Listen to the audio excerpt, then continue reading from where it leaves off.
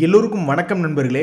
அட எருமசாணி கிறுக்கு பசங்களா அப்படின்னு ஹரிஜா அவர்கள் அடிக்கடி சொல்கிற மாதிரி இந்த ஈரானும் அமெரிக்காவும் விளையாண்டுக்கிட்டு இருக்காங்க. என்னங்க நம்மளுக்கு அப்படியே மண்டை குழம்பி இப்போ என்ன பண்ணுறதுன்னு தெரியாமல் இருக்கும். அதாவது நம்ம என்ன எதிர்பார்த்துக்கிட்டு இருக்கோம், 24,353 இருக்கக்கூடிய நிஃப்டி திங்கக்கிழமை அன்னைக்கு ஒரு 500 பாயிண்ட் பக்கம் கேப் அப் ஆகி ஒரு 25,000க்கு பக்கத்திலே வந்துடும். இதனால் நம்மளுக்கு லாபம் கரப்புரண்டு ஓடும் அப்படின்ற மாதிரி தான் நம்ம கற்பனை கோட்டை நேற்று வரைக்கும் கட்டி வச்சுருந்தோம். இன்றைக்கி சனிக்கிழமை லீவு, ஞாயிற்றுக்கிழமையும் லீவு, மண்டே அன்னைக்கு வரும்பொழுது 500 பாயிண்ட் இன்பம். இல்லைங்க யாரும் கட்டாதீங்க, மனசில் கோட்டை கட்டாதீங்க அப்படின்ற மாதிரி ஒரு நண்பர் கமெண்ட் போட்டிருந்தார். அங்கே பாருங்கள், யூரோப்பியன் மார்க்கெட்ஸு அமெரிக்க மார்க்கெட்ஸ்லாம் நேற்று நல்லா ஏறிட்டான். ஏன்னா குட் நியூஸ், அந்த ஹார்மோஸ் அப்படின்றது வந்து ஓப்பன் பண்ணிட்டதுனால நல்ல குட் நியூஸ்னு அவங்களாம் ஏறிட்டாங்க. ஆனால் நம்மளுக்கு மார்க்கெட் இல்லாமல் போயிடுச்சு இன்றைக்கி. ஸோ மண்டே ஓப்பன் ஆகிறப்ப ஒரு புடி எல்லோரும் கேப் அப்பில் ஜாலியாக இருக்கலாம் அப்படின்னு நினச்சிக்கிட்டு இருந்தால் நம்மளுக்கு அந்த லக் இல்லைங்க. ஏன்னா மறுபடியும் அந்த ஸ்ட்ரெயிட் ஆஃப் ஹோர்மோஸ் அப்படின்றது க்ளோஸ் பண்ணியிருக்காங்க. ஏன் அந்த ஸ்ட்ரெயிட் ஆஃப் ஹோர்மோஸை க்ளோஸ் பண்ணியிருக்காங்க? ட்ரம்ப் அவர்கள் சும்மா மாற்றி மாற்றி மாற்றி மாற்றி கமெண்ட் போட்டுக்கிட்டு இருந்தால் அப்புறம் இவங்களும் கடுப்பாயிட்டாங்க. உனக்கு நாங்கள் எங்களுடைய இடத்தின் வழியாக கப்பல் போகிறக்கு நாங்கள் அனுமதிக்கிறோம், ஆனால் நீ அதுக்கு முன்னாடி போய் ஒரு முட்டுக்கட்டையை போட்டு வச்சுக்கிட்டு எங்களுடைய போர்ட்டுகளுக்கு மட்டும் கப்பல் வரக்கூடாது, மற்றபடி ஈரான் ஓமான்லாம் போயிட்டு வரலாம் அப்படின்ற மாதிரி நீ சொல்கிறது எந்த வகையில் நியாயம் அப்படின்னு சொல்லிட்டு இவங்க என்ன பண்ணியிருக்காங்கன்னா, அவங்களுடைய ஏரியாவில் இருக்கக்கூடிய இந்த ஸ்ட்ரெயிட் ஆஃப் ஹோர்மஸ் அப்படின்றத மறுபடி பிளாக் பண்ணிட்டாங்க. அட உண்மையிலேயே எனக்கு மனசு ரொம்ப வருத்தங்க. அட ஈரானுக்கு நம்ம இந்த ஈரான் என்ன பண்ணியிருக்காங்கன்னு பாருங்கள். இப்போ அந்த பாதையை க்ளோஸ் பண்ண அடுத்த கையோட நம்ம இந்திய கப்பல் போய்கிட்டு இருக்கும்போது அது மேலே ஃபயர் பண்ணியிருக்காங்க. அட பாவிகளா, ஊருக்குள்ளே எத்தனையோ கப்பல் இருக்குது, எங்கள் கப்பல் மேலே கொண்டு வந்து குண்டை போட்டிங்களே அப்படின்ற மாதிரி தான் பல பேர்த்துக்கு இப்போ மனசு வருத்தமாக இருக்குது. இப்போ நம்ம கவர்மெண்ட் என்ன பண்ணியிருக்குன்னா, அந்த ஈரானை சேர்ந்த வெளியுறவு அமைச்சரை வந்து நம்ம சம்மன் பண்ணியிருக்கோம். ஏன் எதுக்காக இப்படி குண்டு போட்டிருக்கீங்க அப்படின்ற ஒரு பிரச்சனையை எப்படி இனிமேல் சுமூகமாக தீர்க்கிறது, ஃபர்ஸ்ட் ஆஃப் ஆல் எதுக்கு நீங்கள் எங்கள் கப்பல் மேலே ஃபயர் பண்ணியிருக்கீங்க அப்படின்ற மாதிரி இது ஒரு மிகப்பெரிய பிரச்சனையாக கொண்டு போக போகிறாங்க. ஆக மொத்தம் நாம் வந்து நிஃப்டி ஒரு 500 பாயிண்ட் கேப் அப் ஆகும் அப்படின்னு நம்ம நினச்சிட்டு மகிழ்ச்சியாக இருந்தால், ஒருவேளை மண்டேக்கு இது கேப் டவுன் ஆயிருமோன்னு இப்போ பயப்பட வச்சுட்டாங்க நம்மளை. திட்டுங்கம்மா, நீங்கள் திட்டுங்க, உங்கள் அழகிய குரலில் எருமசாணி கிறுக்கு பசங்களான்னு பிடிச்சி திட்டுங்கம்மா அப்படின்ற மாதிரி தான் நம்ம மனசில் தோணுது. ஆனாலும் நண்பர்களே, இவங்க இப்படி பேட் நியூஸ் கொண்டு வரலினாலும் எனக்கு மார்க்கெட் இறங்கும் அப்படின்றதான் நம்பிக்கை. ஏன்னா எனக்கு தெரிஞ்சு 3 மாதத்துக்கு ஒருக்கா தான் மார்க்கெட் மகிழ்ச்சியாக இருக்கும், அப்புறம் மறுபடியும் கீழே விழுந்துருவான். அதனால் மார்க்கெட் கீழே போகிறதுக்கு ஏதாவது ஒரு காரணம் வேணும், அது வந்து இதுக்கு ஒரு காரணமாக வச்சுக்கிட்டு போக வேண்டியது தான். ஆனாலும் இந்த முறை பாருங்கள், அவ்வளவு சீக்கிரம் ரிசல்ட் சீசன் என்பது முடியாது. ஏன்னா இது வந்து முழு ஆண்டு ரிசல்ட் சீசன்.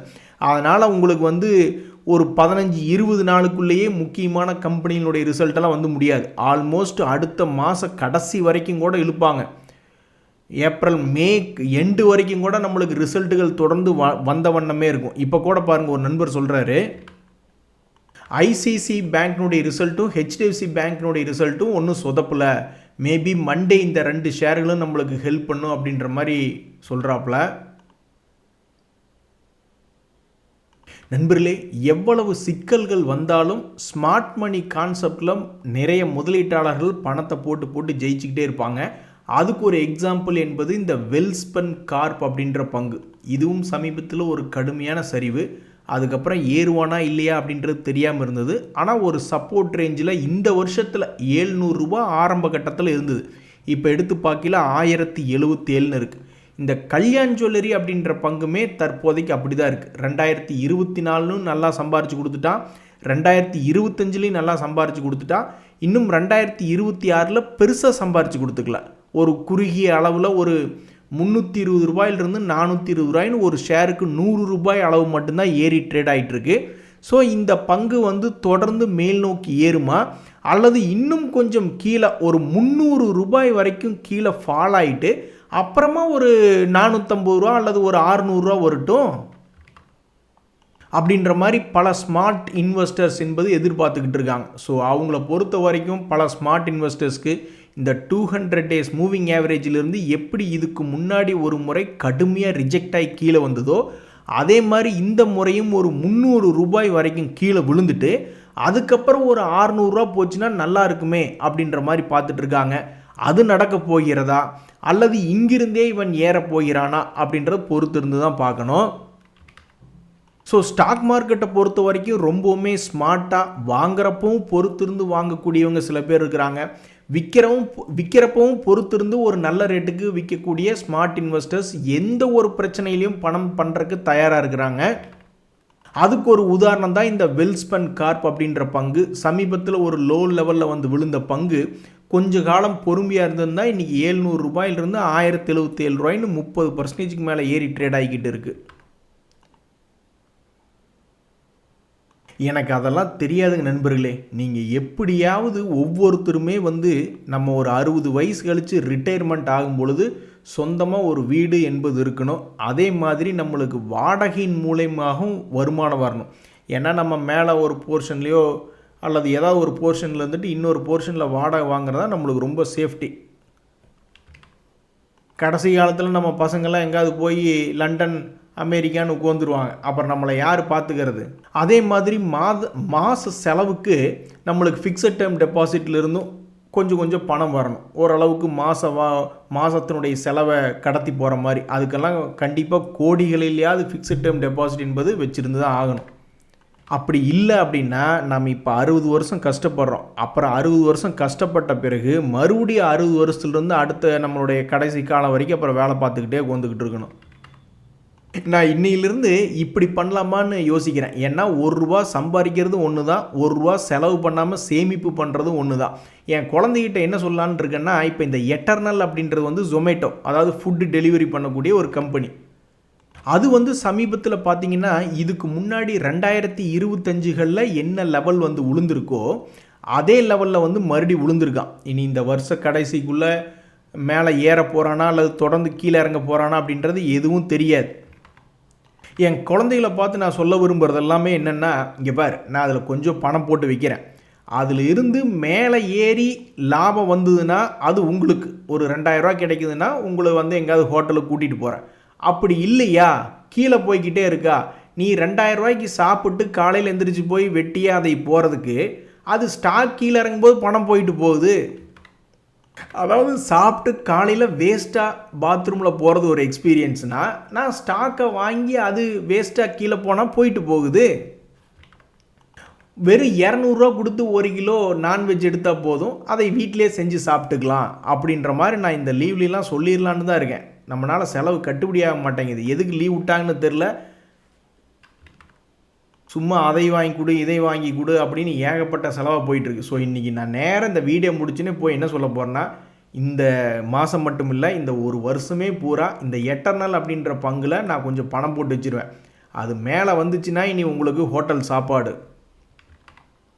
இல்லை அது கீழே போகுதுன்னா ஒன்லி வீட்டில் மட்டும் நான்வெஜ் எடுத்துகிட்டு வந்து செய்கிறது அப்படின்ற மாதிரி ஒரு ஐடியாவில் தான் இருக்கேன்.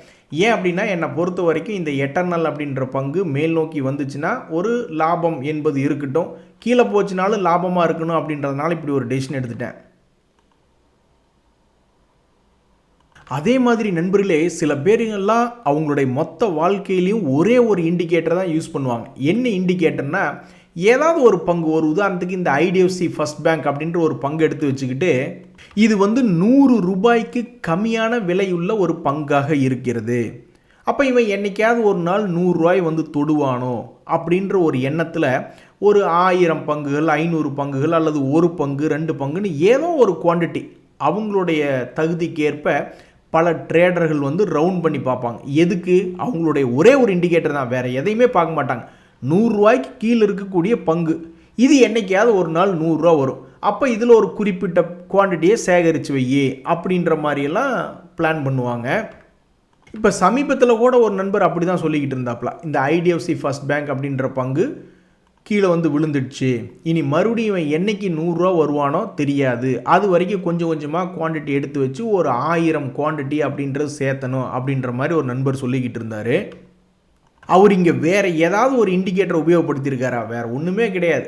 அமெரிக்காவும் ஈரான் என்னத்தையோ சண்டை போட்டுக்கிட்டும் உலகத்தில் என்ன வேணாலும் நடக்கட்டும், அவரை பொறுத்த வரைக்கும் ஒரே ஒரு இண்டிகேட்டர் தான். என்ன இண்டிகேட்டர்? 100 ரூபா அப்படின்றது ஒரு குறிப்பிட்ட விலை. 100 ரூபாய்க்கு கீழே இருக்கக்கூடிய ஒரு பங்கு. அது என்னைக்கு 100 ரூபா வந்து தொடுதோ அது வரைக்கும் நான் அக்குமுலேஷன் பண்ணிக்கிட்டு இருப்பேன். 1000 குவான்டிட்டி என்பது என்னுடைய அப்ஜெக்டிவ். அந்த 1000 குவான்டிட்டி கம்ப்ளீட் ஆனதுக்கப்புறம் அது என்னைக்கு 100 ரூபா வந்து தொடுதோ அப்போ நான் விற்றுக்கிட்டு போயிடுறேன் அப்படின்ற மாதிரியான இண்டிகேட்டர்கள்லாம் பல ட்ரேடர்கள் உபயோகப்படுத்துவாங்க. இந்த தகவல் உங்களுக்கு உபயோகமா அப்படின்ற மாதிரி பாருங்கள். நண்பர்களே, நம்ம நிறைய பேர் வேலை செஞ்சுக்கிட்டு இருக்கோம். அந்த வேலையோடு சேர்த்து தான் இந்த ட்ரேடிங் போன்ற வேலைகள்லாம் பண்ணிக்கிட்டு இருக்கோம். அப்போ அந்த சமயத்தில் பாஸ் இது திடீர்னு கூப்பிட்டான்னு என்ன பண்ண முடியும்? திடீர்னு ட்ரேடிங்கை பாதியில் விட்டுட்டு வர முடியாது. அதுக்கு தான் நிறைய பேர் என்ன பண்ணுறாங்கன்னா, ஸ்விங் ட்ரேடிங் மாதிரி ஒரு பங்கு ஒரு குறிப்பிட்ட லோவில் பார்க்குறோமா, அதை எடுத்து வச்சுக்கிட்டு பாஸ் கூப்பிட்டா அவர் என்ன சொல்கிறாரோ அதை பார்க்க போயிடும் அப்படின்ற மாதிரி போயிட்டாங்க. ஒரு உதாரணத்துக்கு இந்த கோட்டக் பேங்க் அப்படின்ற பங்கு தற்போது இதனுடைய 2025 லோ அப்படின்ற மாதிரி வந்து விழுந்திருக்கு. ஆனால் அதே சமயம் இது பெருசாக ஏறவும் இல்லை. இதனுடைய மொத்த வளர்ச்சி என்பது இப்போ கரண்ட் ரேட்லேருந்து தன்னுடைய பழைய உச்சத்துக்கு போனால் கூட 20% என்பது தான் ஏற வேண்டியதாக இருக்குது. இதுக்கு முன்னாடியும் பெருசாக பர்ஃபார்மன்ஸ் என்பது இந்த பங்கினுடைய விலை பண்ணலை அப்படின்னாலும் ஒவ்வொரு முறை தன்னுடைய லோலிருந்து அந்த 20% என்பது அடிக்கடி போன ஒரு வேலையை இந்த கோட்டக் பேங்க் அப்படின்றது பார்த்துருக்கு. ஸோ இப்போ பல பேர்த்தினுடைய கேள்வி என்னவா இருக்குன்னா, இந்த பங்கினுடைய விலை தன்னுடைய பழைய ஹையை போய் தொடுமா அப்படின்ற ஒரு கேள்வி தான் வந்திருக்கு. நண்பர்களே, இந்த ஸ்டாக்குகளினுடைய செய்திகளை கலெக்ட் பண்ணுறக்கே நம்மளுக்கு ரொம்ப கஷ்டமாக இருக்குது. நிறைய பங்குகள் எல்லாம் மேல் நோக்கி ஏறிவிட்டான். நான் போயிட்டு சரி கீழே விழுந்த பங்குகள் ஏதாவது இருக்கா அப்படின்னு தேடி தேடி பிடிச்சிக்கிட்டு இருக்கையில் தான் இது போன்ற பங்குகள் வந்துட்டுருக்கு. இந்த சமயத்தில் என்பிசிசி அப்படின்ற ஒரு பங்கு, அந்த பங்குமே சமீபத்தில் ஓரளவுக்கு ஏறிட்டான். 75 ரூபா ரேஞ்சிலேருந்து 94. அப்படியே கூட நான் பேசிக்கிட்டு இருந்தேனே, ஒரே ஒரு இண்டிகேட்டர் தான் பல பேர் உபயோகப்படுத்துறது. என்னது? 100 ரூபாய்க்கு கீழே இருக்கக்கூடிய பங்குகளா ஒரு 1000 10,000 அப்படின்ற மாதிரி கலெக்ட் பண்ணி வச்சுட்டு அந்த ட்ரேடர்கள் என்ன பண்ணுறாங்கன்னா 100 ரூபா வர்ற வரைக்கும் வெயிட் பண்ணுறாங்க. ஆனால் ஒரு 1000 ரூபா விலை கொண்ட பங்குகளா இப்போ ஒரு 400 500 700 ரூபாய்க்கிட்ட சுற்றிக்கிட்டு இருக்கானா, என்றைக்காவது ஒரு நாள் 1000 ரூபாய்க்கு இது வந்து தொடுவானோ அப்படின்ற நோக்கத்தில் பல பங்குகளை அக்குமுலேட் பண்ணி இப்படி இந்த ஒரே ஒரு கான்செப்டை வச்சு ட்ரேட் பண்ணக்கூடியவங்க எத்தனையோ பேர் இருக்காங்க. அந்த வகையில் இந்த என்பிசிசி இந்தியா அப்படின்ற பங்கோட சமீபத்தில் 76 ரூபாய் அப்படின்றது போயிருந்தது. 2025 கூட அவன் தன்னுடைய திறமையை நிரூபித்து என்ன பண்ணான்னா 70 ரூபாயிலிருந்து 120 ரூபா வரைக்கும் வந்தான். அதுக்கப்புறம் பெருசாக இறங்கலை. இப்போ தான் சமீபத்தில் ஒரு 70 வரைக்கும் போயிட்டு இப்போ 94 அப்படின்ற மாதிரி ட்ரேட் ஆகிட்டு இருக்கான். இனி தொடர்ந்து ஏறி எங்காவது 120 பக்கத்தில் கீது போகிறானா அல்லது என்ன அப்படின்றது பொறுத்து இருந்து தான் பார்க்கணும். ஆனாலும் தற்போதைக்கு இறங்கி கிடக்கக்கூடிய பங்குகள் அப்படின்ற லிஸ்ட்டில் இது போன்ற பங்குகள் தான் முன்னணி பங்குகள் இருக்குது. நண்பர்களே, பவர் செக்டர்னுடைய ஃபியூச்சர் எப்போவுமே பிரைட் அப்படின்னு சொல்லி இந்த ஜேபி பவர் அப்படின்ற பங்கை சமீபத்தில் யாராவது எடுத்திருந்தாங்கன்னா இப்போ வரைக்கும் மகிழ்ச்சியாக தான் இருக்காங்க. ஏன்னா அது 12 ரூபாயிலேருந்து 19 ரூபா வரைக்கும் வந்துடுச்சு. இந்த பங்கு ஒரு தடவை செய்திகள் வந்தது, அதானி தான் இப்போ அவர் தான் அம்பானியை மீட் பண்ணி பெரிய பணக்காரர் ஆகிட்டாப்பில், அவர்கிட்ட இப்போ இந்த ஜேபி பவர் என்பது சேர்ந்துருது. இப்படி இருக்கக்கூடிய நேரத்தில் அந்த அக்வஷன் நியூஸ் பீக்கில் இருந்தப்போ 28 ரூபாய் அப்படின்னு போன ஒரு பங்கு தான். ஸோ இப்போ சென்ட்ரு பாயிண்டில் இருக்கான். 19லிருந்து இன்னொரு 10 ரூபா ஏறி பழையபடி 28 ரூபா வரப்போகிறானா, அல்லது 10 ரூபா கீழே இறங்கி இன்னொரு ஆப்பர்ச்சுனிட்டிக்காக மறுபடியும் எல்லோரும் ஒரு தடவை சம்பாரிச்சிங்க அப்படின்ற மாதிரியாக அந்த பங்கு இன்னொரு முறை 10 ரூபாய் கீழே இறங்க போகிறதா, அல்லது பழைய ஹையை போய் தொடுதா அப்படின்றது தெரில. பட் இப்போதைக்கு பவர் செக்டர் ரொம்ப ஃப்யூச்சரில் பிரைட்டாக இருக்கும் அப்படின்ற ஒரு ஆசையில் அரௌண்டு 12 ரூபாய்க்கு இந்த ஸ்மார்ட் மணி கான்செப்டில் போன வருஷத்தினுடைய லோன் எடுத்தவங்க இப்போ ஆல்மோஸ்ட் ஒரு ஷேருக்கு 7 ரூபாய் என்பது ஏறியதாக இருக்கிறது. நண்பர்களே, பல அனலிஸ்டினுடைய வீடியோக்கள் பார்க்கும்போது அவங்க என்ன சொல்கிறாங்கன்னா, எதிர்காலத்தில் இன்னும் 10 வருஷம் 20 வருஷம் கழிச்சு எல்லாம் பார்க்கும் பொழுது இந்த கேபிட்டல் மார்க்கெட்ஸில் இருக்கக்கூடிய செக்டரில் இருக்கக்கூடிய பங்குகள் மேபி வளர்ந்துருக்குமோ அப்படின்ற மாதிரிலாம் எதிர்பார்க்குறாங்க. ஒரு உதாரணத்துக்கு ஏஞ்சல் 1, க்ரோ, பிஎஸ்சி, M6 அது போன்ற பங்குகள் தான். அதுக்கு தகுந்த மாதிரி இந்த க்ரோ என்பது சமீபத்தில் வெறும் 150 ரூபாயில் வந்து விழுந்துட்டான். அதுக்கப்புறம் மறுபடியும் 210 ரூபா வரைக்கும் போயிட்டு இப்போ 198 ட்ரேட் ஆகிட்டுருக்கு.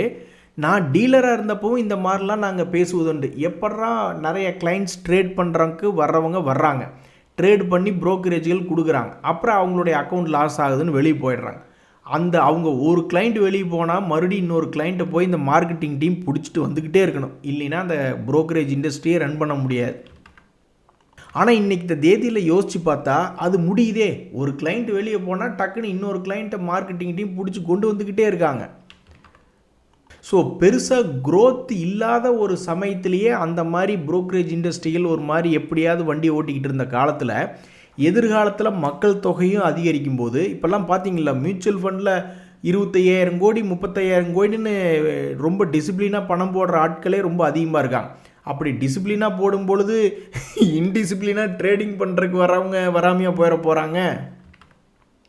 ஸோ அதெல்லாம் கணக்கு வச்சு தான் எதிர்காலத்தில் சில பேர் உங்களை கேட்குறாங்க, எதிர்காலத்தில் இந்த செக்டர் நல்லா இருக்குன்னா semiconductor sector, artificial intelligence sector இதெல்லாம் எதிர்காலத்தில் க்ரோத்தாக இருக்கும்னு சொல்லி கொண்டிருக்கக்கூடிய நேரத்தில் இது போன்ற கேபிட்டல் மார்க்கெட் செக்டர்களும் விழுந்தாலும் எப்போதும் எந்திரிச்சு நிற்கக்கூடிய வாய்ப்பு இருக்கிறதாக பல அனலிஸ்ட்டுகள் சொல்லிக்கிட்டு தான் இருக்காங்க. அந்த வகையில் அவங்க சொன்னபடிக்கு இந்த க்ரோ அப்படின்ற பங்கு சமீபத்தில் கிராஷ் ஆகி கீழே 150 ரூபாயில் ட்ரேட் ஆகிட்டு இருந்தது, 210 ரூபா வரைக்கும் போயிருக்கு. ரயில்வே துறை பங்குகளா அப்படின்னா கவர்மெண்ட்டினுடைய சப்போர்ட் இருக்குது அப்படின்னு பல பேர் இந்த மாதிரி ரயில்வே துறை பங்குகளில் சப்போர்ட் அடிப்பாங்க, என்ட்ரி அடிப்பாங்க. ஆனால் அவங்களுக்கு சமீப காலமாக எந்த விதமான அறிவிப்புகள் வந்தாலும் மார்க்கெட்டுக்கு அது உதவி செய்யலை. ஆனால் இப்போ என்ன ஒரு சப்போர்ட் கிடச்சிருக்குன்னா டெக்னிக்கல் லெவலில் 200 டேஸ் மூவிங் ஆவரேஜ் அப்படின்றத 200 டேஸ் மூவிங் ஆவரேஜில் இந்த RVNL தொற்றுருக்கு. ஸோ கவர்மெண்ட்டுடைய சப்போர்ட் இருக்குது அப்படின்னு நினச்சி என்ட்ரானவங்களுக்கு இப்போ வரைக்கும் ஒன்றும் பெருசாக உதவி நடக்கலை, கவர்மெண்ட்டுடைய அறிவிப்புகள் வந்தாலுமே. ஸோ இந்த டெக்னிக்கல் லெவல்லையாவது இந்த 200 டேஸ் மூவிங் ஆவரேஜை தொட்ட பிறகு 2025 உச்சம் 450-500 ரூபா பக்கத்தில் இருக்குது. அதையெல்லாம் என்றைக்காவது ஒரு நாள் மறுபடியும் போய் தொடுவானா? வாழ்நாள் உச்சமெல்லாம் 650 பக்கத்தில் இருக்குது.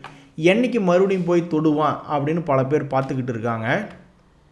நான் இப்படி ஒன்று நினைக்கிறேன், அதாவது குழந்தைகள் அடிக்கடி எங்கேயாவது இந்த மேட்டுப்பாளையத்துலேருந்து ஊட்டிக்கு போகிறக்கு அந்த ட்ரெயினில் கூட்டிகிட்டு போகணும், இல்லைன்னா நீங்கள் துபாயில் வேலை பார்த்துக்கிட்டு இருந்தீங்களா அங்கே கூட்டிகிட்டு போங்கன்னு சொல்லும்போது ட்ரெயினில் போகணும்னு சொல்லிகிட்டு இருந்தேன். கம்பெனி இதில் ஒரு 10 சேரம் வாங்கி வச்சுக்கிட்டு என்றைக்கு இது பழையபடி 640 போகுதோ அப்போ தான் அந்த காசை விற்று உங்களை ட்ரெயினில் டிக்கெட் புக் பண்ணி கூட்டிகிட்டு போவேன் அப்படின்ற மாதிரி சொல்லிடணும். இன்றைக்கி ஃபுல்லாக நான் அந்த ஐடியாவில் தான் இருக்கேன். இனிமேல் எந்த செலவாக இருந்தாலும் ஏதாவது ஸ்டாக்கில் பணத்தை போடுவேன், அது மேலே வந்துச்சுன்னா உங்களுக்கு அந்த செலவு, இல்லைன்னா அந்த பணம் அப்படியே கடந்துட்டு போகட்டும். நண்பர்களே, யாருக்கு எப்போ மச்சம் ஒர்க் அவுட் ஆகும்னே தெரியாது. ரீசெண்டாக பார்த்தீங்கன்னா திடீர்னு இந்த எனர்ஜி செக்டரில் இந்த NTPC க்ரீன் எனர்ஜிக்கெல்லாம் ஏதோ லக் அடித்த மாதிரி சரியான மூவ்மெண்ட்டு காமிச்சிட்டான். இவனும் ஒரு 100 ரூபாய்க்கு கீழே ட்ரேட் ஆகிட்டு இருந்த பங்கு தான் 85 வரைக்கும் ட்ரேட் ஆகிட்டு இருந்தான். இப்போ கடைசியில் பார்த்தா 33% ஒரே மாதத்தில் ஏறி ட்ரேட் ஆகிருக்கு. இது சாதனை கிடையாது, இது இவனுடைய கடமை. என்ன கடமை அப்படின்னு பார்த்தீங்கன்னா, ஸ்மார்ட் மணி கான்செப்டில் நிறைய பேர் போன வருஷம் 30% சம்பாரிச்சு கொடுத்துருக்கான். இப்போ அதே ரேட்டில் உளுந்துருக்கான். ஒரு வருஷத்துக்குள்ளே இன்னொரு 30% சம்பாரிச்சு கொடுத்தா நல்லா இருக்குமே அப்படின்ற மாதிரி ஸ்மார்ட் மணி கான்செப்டில் எடுத்துகிட்டு ஒரு வருஷம் கழித்து வரட்டும் பார்த்துக்கலான்னு கொண்டிருப்பாங்க. ஆனால் இவன் என்னடான்னா ரொம்பவுமே கடமையில் மிகப்பெரிய ஆளாக இருப்பான் போல். ஒரு 2-3 மாதத்துக்குள்ளேயே அந்த 30% என்பதை சம்பாரித்து கொடுத்துருக்கான். டேய் தம்பி, நீ அப்படியே மேலே மேலே உன்னுடைய பழைய கையெல்லாம் 155 வரைக்கும் இருக்குது. அப்போ தான் நீ ஒரு கடமை வீரன் ஒத்துக்குவோம். பட் எனிவே, ஸ்டாக் மார்க்கெட்டில் ஒரு நல்ல அருமையான கான்செப்ட். ஒரு வருஷத்தினுடைய லோவில் விழுந்த பிறகு மறுபடியும் ஒரு வருஷத்தினுடைய ஹை வர்றதுக்காக பல பேர் உட்காந்துட்ருப்பாங்க. அந்த கான்செப்டில் ஏதாவது பங்குகள் உருப்படியாக வேலை செஞ்சுதா அப்படின்னு லிஸ்ட் எடுத்து பார்க்கல இந்த NTPC க்ரீன் எனர்ஜி அப்படின்ற பங்கு வருது. ஒருவேளை யாராவது இப்படி லோவில் வாங்கி அதனுடைய 52 வீக் ஹையில் கொடுத்துருந்தீங்கன்னா உங்களுக்கு வாழ்த்துக்கள்.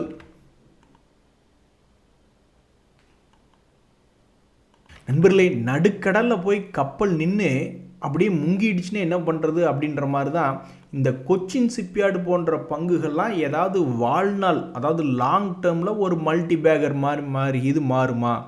கடைசிக்கு அவன் தன்னுடைய பழைய கையை தொட்டால் கூட பணத்தை டபுள் பண்ணி விடணுமே, இன்னும் கீழே இறங்கிடுச்சுன்னா என்ன பண்ணுறது அப்படின்ற மாதிரி மிகப்பெரிய ஒரு சென்டர் பாயிண்ட். போன வருஷத்தினுடைய ஹை வந்தாலும் மிகப்பெரிய அளவு, அதுக்கு முந்தின வருஷத்தினுடைய ஹை வந்தாலும் மிகப்பெரிய அளவு, 2023 லோக்கு போகிற மாதிரி இருந்தாலும் மிகப்பெரிய அளவு. ஸோ இப்போ ஏற்பட்ட ஒரு சூழ்நிலையில் இருக்கக்கூடிய இந்த கொச்சின் ஷிப்யார்டு எதைய முதல்ல வந்து தொடப்போகிறது? அப்படித்தான் இவன் என்ன கும்பா குட்டியாக இருக்கான்னா கிடையாது. அது லாபம் செஞ்சு கொண்டு இருக்கக்கூடிய ஒரு பங்காக தான் இருக்குது. ஸோ இவனுக்கு எப்போ ஒரு விமோச்சனம் என்பது தெரில. இல்லைன்னா கடைசிக்கு நீ ஒரு 400 வந்துட்டு கூட மறுபடியும் 3000 போ. அப்படியெல்லாம் போனீங்கன்னா நீ மிகப்பெரிய மல்டிபேக்கர் ஆயிடுவிய அப்படின்ற மாதிரி கூட சில பேர் காத்திருக்காங்க. இந்த சமயத்தில் வந்து கிளர்க்ஸ் அப்படின்ற ஒரு பங்கு, அந்த பங்குமே தற்போது தன்னுடைய 1 இயர் லோ ப்ரைஸில் சுற்றிக்கிட்டு இருக்குது. இனி இதுக்கு அடுத்தது தன்னுடைய பழைய கையை கீது மீட்டெடுக்குதா இல்லையா அப்படின்றத பொறுத்திருந்து பார்க்கணும். அதாவது நண்பர்களே, இன்றைய தேதியில் பல பங்குகள் கீழே விழுந்து கிடக்கிறத கண்டுபிடிக்கிறதே கஷ்டமாக இருக்குது. நிறைய பேர் கீழே விழுந்து அங்கேருந்து ஒரு 20-30% பாதி கிணறு என்பது போயிட்டான்.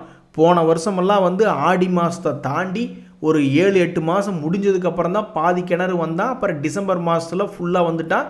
கணக்கெடுத்து பார்க்கல 40-60% ஏறிய பங்குகள் நிறையா இருந்தது. ஆனால் இப்போ என்னடான்னா, இப்போ ஏப்ரல் மாதத்துலேயே பல்வேறு பங்குகள் டபக்குன்னு மேலே ஏறிட்டான், பாதி கிணறு வந்துட்டான். ஸோ மிக முக்கியமான பங்குகள் லோ ரேட்டில் வந்து விழுந்திருக்கக்கூடிய பங்குகள் அப்படின்னு கண்டுபிடிச்சி செய்தியில் கொண்டு வர்றது கொஞ்சம் சிரமமாக இருந்தாலும், எப்படியாவது போராடி 1 மணி நேரத்துக்கு 2-3 மணி நேரம் செலவு பண்ணால் இது போன்ற பங்குகள் லோ ரேட்டில் கிடக்கக்கூடிய பங்குகளுடைய செய்திகளை பிடிக்க முடியுது. இன்றைய தகவல் அனைத்து உங்களுக்கு உதவியாக இருந்தால் எனக்கு மகிழ்ச்சி தான். ரொம்ப நன்றி, வணக்கம்.